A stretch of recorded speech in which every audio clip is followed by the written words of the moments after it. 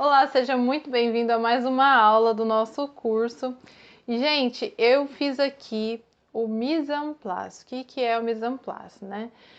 Já começando a falar para vocês que nada mais é que separar os ingredientes, tá bom? É um termo utilizado mais na confeitaria francesa que significa separar os ingredientes. Esse ato de separar os ingredientes, vamos falar que é um mal necessário, né? É meio chato fazer isso, mas é muito bom deixar já os ingredientes pesadinhos e separadinhos, porque assim vai facilitar muito a hora de você fazer o seu bolo. Naquela hora que você está na correria do dia a dia ali, se você já deixar tudo pesadinho, vai ser muito importante para você não esquecer de nenhum ingrediente, não ter perca de produto, não ter perca de massa, né? Vai que você perde uma massa apenas por esquecer o fermento, vamos falar assim. Então, assim, gente, é uma coisa que a maioria não leva em consideração, mas é uma coisa que é necessária fazer para você ter aí um bom. Vamos falar que é para você não esquecer de nada, né? Então, gente, eu já vou começar aqui fazendo a nossa massa, tá? São ingredientes simples que nós vamos começar aqui com. Eu vou colocar aqui na minha batedeira, a gente vai começar com a margarina. Eu já vou falar da margarina para vocês. Gente, eu utilizo a margarina Qualy, tá?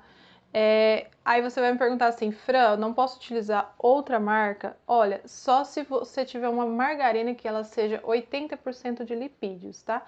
Sendo 80% de lipídios, pode, mas se não for, eu recomendo mais a Qualy, porque é a margarina que o pessoal mais encontra por aí, tá? Eu estou utilizando com sal, você também pode utilizar com sal. E apenas a margarina vai estar gelada na nossa receita, tá? Apenas a margarina, ok? E se você quiser substituir por manteiga, também pode, tá? Nós vamos começar colocando 170 gramas na nossa batedeira, mas antes eu também quero falar do açúcar. A gente vai estar utilizando o açúcar refinado e o açúcar refinado é essencial para também fazer aquele creme inicial ali, tá? Ah, Fran, eu posso fazer com açúcar cristal? Poder até pode, mas não vai ter o mesmo resultado, tá? Que se você fizer com açúcar cristal, com açúcar refinado, tá bom? Então, eu vou começar aqui já, eu vou aproximar a câmera para vocês verem bem certinho, tá? E a gente vai começar colocando primeiro a margarina gelada e todos os outros ingredientes estão em temperatura ambiente e a gente vai colocar esses dois aqui para fazer um creme fofo, tá bom?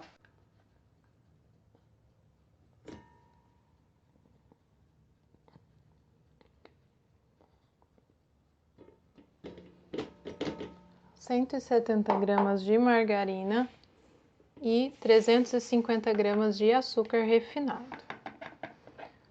Colocando aqui, a gente vai bater.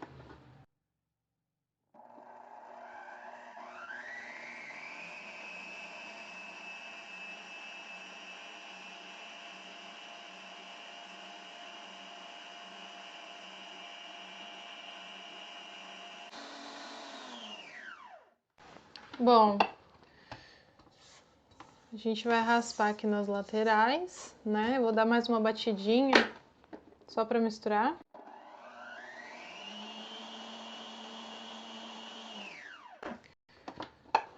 Pronto. Olha, formou esse creminho aqui, né? Clarinho. Agora nós vamos começar a colocar os ovos um a um na nossa massa, tá bom? Aqui temos 4 ovos, aproximadamente 210 gramas de ovos, tá bom? Vamos colocando um a um pra gente tentar não talhar essa primeira mistura e ficar um creminho bem fofo, tá bom?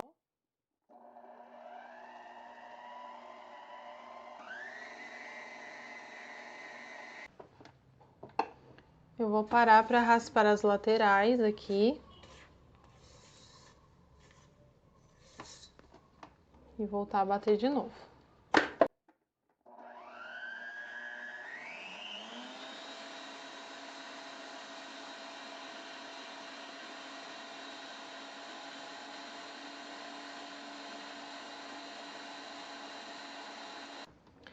Bom, batemos aproximadamente uns 2 minutinhos, tá? Ele ficou assim, ó, não tem problema se ficar com aspecto talhado, tá, gente? Não perdemos o nosso creminho, nossa massa, tá bom? E agora nós vamos começar a adicionar os próximos ingredientes. Bom, agora a gente não vai fazer esse processo mais na batedeira, a gente vai fazer à mão, tá bom? E eu já vou explicar para vocês o porquê. Bom, agora vou colocar o meu leite. Aqui temos 400 ml de leite integral, tá? Temperatura ambiente também. Já vou colocar ele todo aqui. E eu vou colocar metade da nossa farinha de trigo, tá? Vou colocar metade da farinha de trigo. Já pode estar peneirada, tá bom? Então, gente, nós vamos mexer a mão. Por quê? Porque essa farinha a gente não pode mexer muito a farinha. Para o seu caseirinho ficar um bolo extremamente fofo e macio, você precisa mexer delicadamente a farinha que você vai incorporar na sua massa, tá bom? E por isso a gente mexe a mão. Se você bater na batedeira, precisa bater muito rapidamente, tá bom? Muito rapidamente mesmo. Gente, não tem problema ficar esse aspecto, a gente não perdeu a nossa massa, tá? Aqui, ó, vamos colocar o restante da nossa farinha. E vamos mexer a mão até incorporar. A massa amanteigada, ela fica mais densa mesmo, tá? Não tem problema, ela fica com esse aspecto mesmo. Misturou, tá pronto, tá, gente? Ó, agora temos 22 gramas de fermento químico em pó, tá? Eu tô usando a Dr. Oetker. E eu vou dar uma mexida aqui.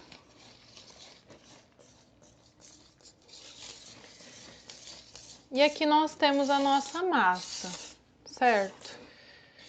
Nossa massa. Eu só vou passar a espátula no fundo do meu bowl para ter certeza de que não ficou aquele creminho, restos daquele creminho na minha massa, tá? Feito isso, misturei, tá pronto, gente. Não fica mexendo essa massa para não desenvolver glúten na massa, tá bom? Agora aqui temos um limão siciliano espremido e as raspas desse limão.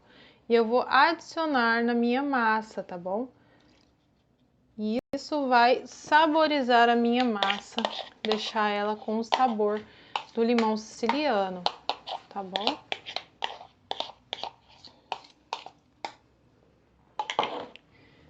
Ela vai ficar aromatizada, vai ficar cheirosa, vai ficar até com aspecto aveludado a massa.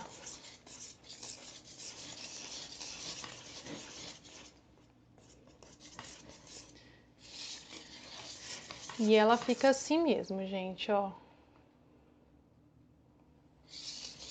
É esse jeito que fica a sua massa, tá bom? Às vezes você vai fazer na sua casa e ela não vai ficar assim, ela vai ficar mais... não vai ficar com esse aspecto talhado. Mas se ela ficar também, você não perdeu a massa.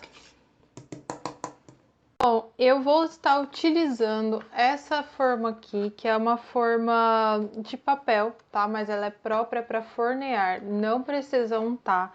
Ela já vem assim, tá? Na verdade, ela não vem montada, ela vem plana, né, da fábrica. Ela chega pra gente plana e a gente monta a forminha, ela fica assim, tá bom? Essa forminha aqui, ela tem a capacidade... o fabricante ele informa pra gente que a capacidade dela é de 495 gramas, tá? Ou até tem pessoas que falam 395 gramas também. Mas, geralmente, é o peso da massa, tá? Que eles informam. Porque o caseirinho, ele pode pesar até mais que 500 gramas dentro dessa embalagem aqui, tá bom? Então, gente... não tem problema algum, se o fabricante te informar que é 395 gramas, provavelmente vai ser o mesmo tamanho que a minha, tá bom? Ela tem mais ou menos 18 centímetros aqui de comprimento, tá? De altura ela vai ter mais ou menos 5 centímetros, então é mais ou menos o tamanho da minha, se você vê que encaixa esses quesitos, tá bom? Bom, agora nós vamos estar colocando a nossa massa na nossa forma, tá? Gente, ponto sobre essa massa. Se você quiser multiplicar por 3, por 5, para fazer bastante massa, dá para fazer, tá? Se você for assar várias massas de uma vez, não tem problema ali se ficar esperando por um tempo, tá? Não pode ficar esperando, lógico, por muito tempo, senão perde a fermentação. Mas com esse fermento que eu utilizo, eu consigo estar esperando ela, deixando ela ali esperando por algum tempo antes de ir pro forno, tá? Não tem problema. Então, gente, até as outras assar, né? E aí já coloca as que ficaram esperando, não precisa, não deixa muito tempo, tá, gente? Porque senão não vai ficar legal, tá? Não vai fazer o processo certinho da fermentação. Bom, outro ponto sobre essa massa, gente, é que, assim, você vai escolher o quanto que você vai colocar de massa. Ela dá para fazer de 7 a 8 caseirinhos dentro dessa forminha aqui. Se você quiser uma cobertura que ela fica mais rente aqui em cima, mais aquele caseirinho mais cheio, provavelmente você vai fazer 7. Aqui eu vou fazer 7 para mostrar para vocês que vai ficar bonitão ele com a cobertura bem rente aqui, tá bom? Ele não pode passar a cobertura, porque senão, se passar a cobertura e ela ficar aqui nas laterais, provavelmente você vai ter problemas na hora de fechar. Então, a altura do caseirinho precisa estar perfeita, tá? Então, assim, não dá para colocar mais massa do que eu vou falar aqui para vocês, tá? Então, assim, existe um limite. Você não pode colocar a massa, por exemplo, para ficar aqui, ó, até aqui na borda. Se você fizer a massa até aqui na borda, provavelmente depois você vai ter problemas com a cobertura, porque a cobertura na hora de fechar, né, vai pegar aqui na lateral, não vai ficar um acabamento tão bonito, tá bom? E aí, se ficar muito baixo também, não vai ficar tão atrativo, né? Então, assim, dá para fazer mais baixo? Eu já fiz muitas vezes mais baixo, dá.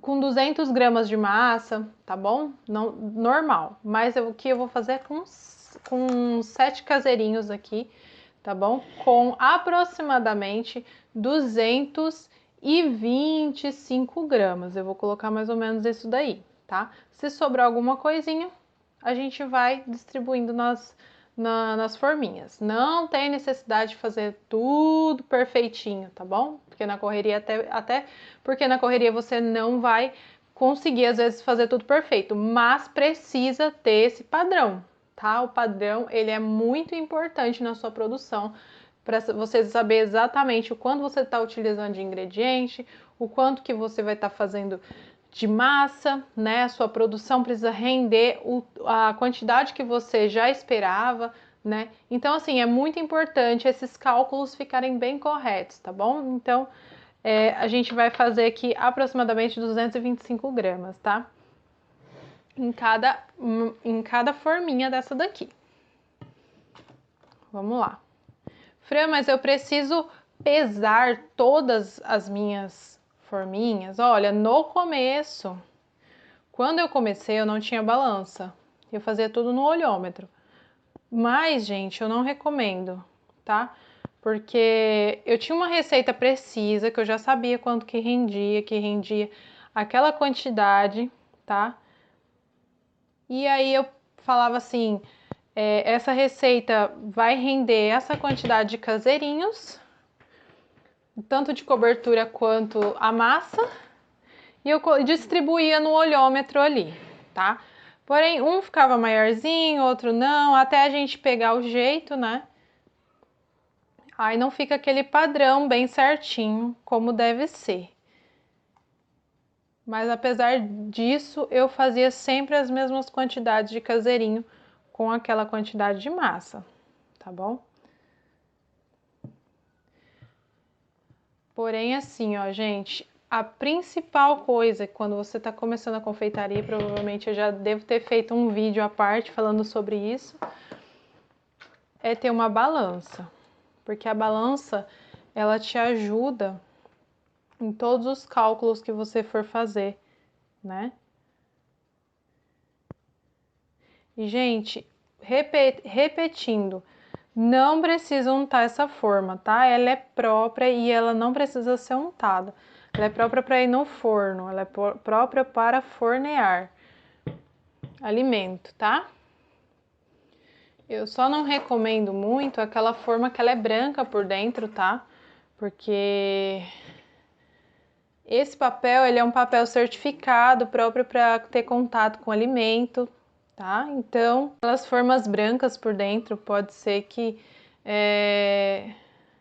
não seja tão própria assim para alimento.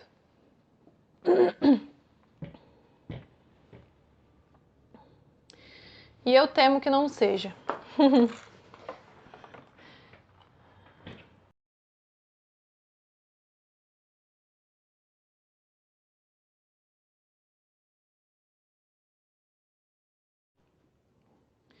Bom, coloquei aproximadamente 225 gramas em cada forma, me sobrou um pouquinho de massa, tá? Esse pouquinho de massa que eu já previa que ia sobrar, eu vou distribuindo nas forminhas, tá?